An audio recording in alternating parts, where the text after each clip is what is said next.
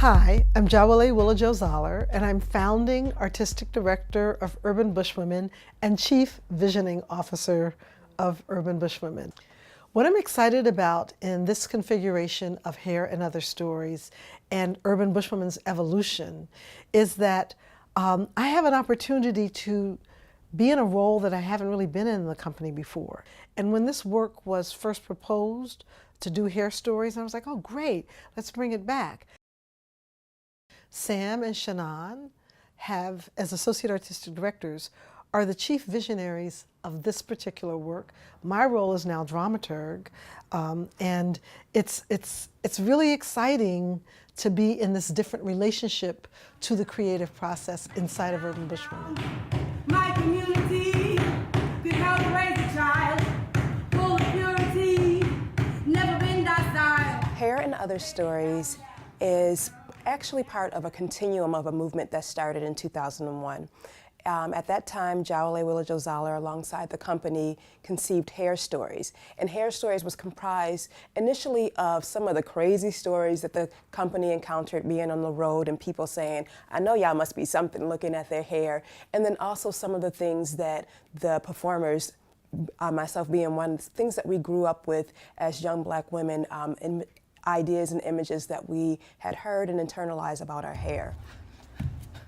And so really this work is focusing on that. So, you know, each individual person has a story and they're coming into the space with the story.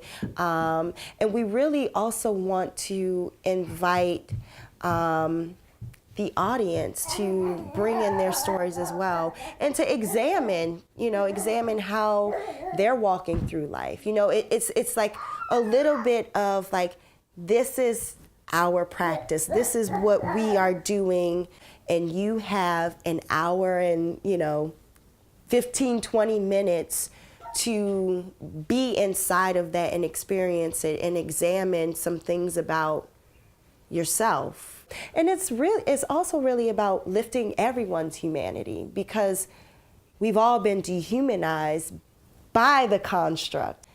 And it's about understanding how we all sit inside of it. I think in creating hair stories, I knew that hair could be a lens by which to enter into this larger conversation around systemic analysis of racism. Who defines beauty? Who defines what is so-called good hair? Where does that come from? What is the history around that? And so what I'm really excited about in this work is they've pushed that further through our work with People's Institute for Survival and Beyond, that we've had this long-time partnership. To see that very complex analysis of race take on an artistic dimension, not a lecture.